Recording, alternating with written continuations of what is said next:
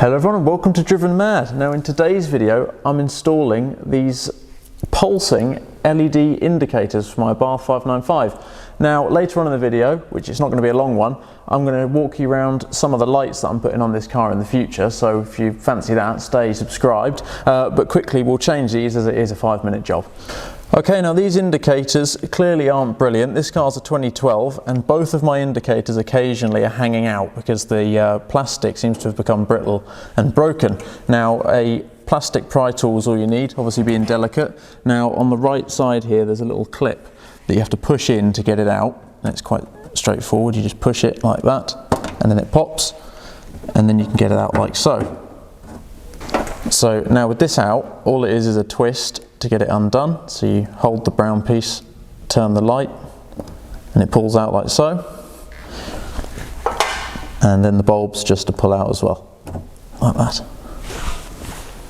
Right, now the new indicator here, me and my dad have had this discussion. We've tried to figure a way to get it watertight, but we're not entirely sure. We think we'll be doing more harm than good. But if anyone in the comments knows how to get this watertight, or if this should be watertight, let me know, because we're not entirely sure, because obviously the other one's in a casing and this one's not. It just plugs directly in like that and that's it. So let me know in the comments if you've got any ideas or what you've done on your car, but I'm just going to leave it as it is for now because clearly this is how it's supposed to be.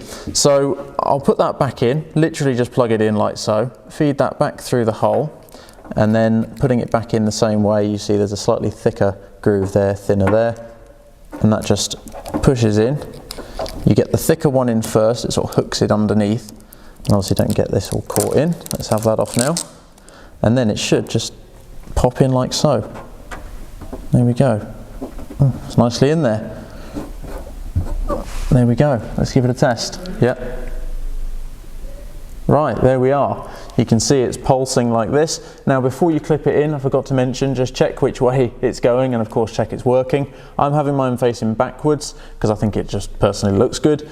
And yeah, that's it. It literally is a plug and play 30-second job, but it makes a big improvement in my opinion.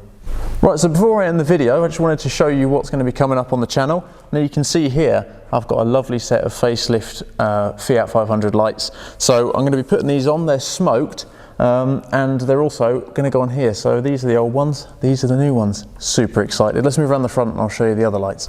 Right, I've also got a set of facelift daytime running lights. Now, I have had these made in Italy by a bloke on Facebook, who I will say in the videos, I'll give him a shout out when I install these, but these are really lovely and you can see they're not exact facelift. He's actually put the LED in himself, so these will replace the halogen bulbs in these ones and look way better. Let me show you the headlights.